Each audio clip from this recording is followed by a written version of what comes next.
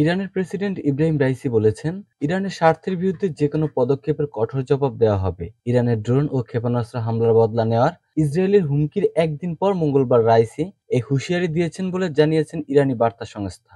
কাতারের আমির Sheikh Tamim bin Hamad Al থানিকে ইরানের প্রেসিডেন্ট বলেন, আমরা খোলাখুলি ঘোষণা করছি যে ইরানের স্বার্থের বিরুদ্ধে একটি ছোট পদক্ষেপও কেউ নিলে তার বিরুদ্ধে কঠোর, ব্যাপক এবং বেদনাদায়ক জবাব দেওয়া হবে। ইরান স্পষ্ট জানিয়ে দিয়েছে, পাল্টা জবাব দিতে তো লাগবে, এমন অস্ত্র তাদের হাতে রয়েছে।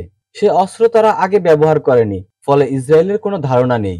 ইসরায়েল যদি আর কোনো ভুল না করে, তবে তেহরান আর পদক্ষেপ করবে না। শনিবার ৩০০টিরও বেশি ড্রোন হামলার পরে স্পষ্টভাবে এই দাবি করেছে ইরান।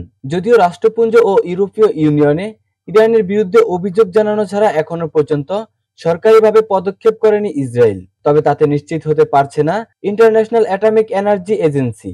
তাদের দাবি, ইরানের পরমাণু কেন্দ্রের উপর হামলা চালাতে পারে ইসরায়েল। ইরান স্পষ্ট জানিয়ে দিয়েছে, পাল্টা জবাব দিতে লাগবে, এমন অস্ত্র তাদের হাতে রয়েছে। সে অস্ত্র তারা আগে ব্যবহার করেনি, ফলে ইসরায়েলের কোনো ধারণা নেই। এই আবহে দু দেশের মধ্যে যুদ্ধ শুরু হলে কোন দেশ সামরিক শক্তিতে এগিয়ে থাকবে তা নিয়ে আলোচনা চলছে।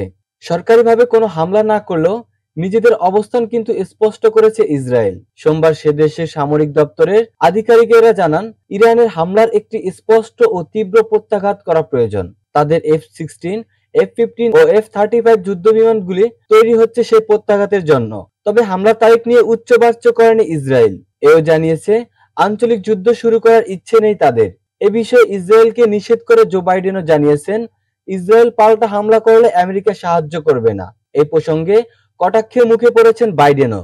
দাবি উঠেছে, ইরানের হামলা নিন্দা করলেও ইরানের তেল রপ্তানিতে কোনো নিষেধাজ্ঞা জারি করেনি আমেরিকা। তার দুটি কারণ, এটি আমেরিকা নির্বাচনের বছর, আর ইরানের তেলের ক্রেতা চীন। সুতরাং নিষেধাজ্ঞা জারি হলে চীন আমেরিকার সংঘাত বেঁধে যেতে পারে।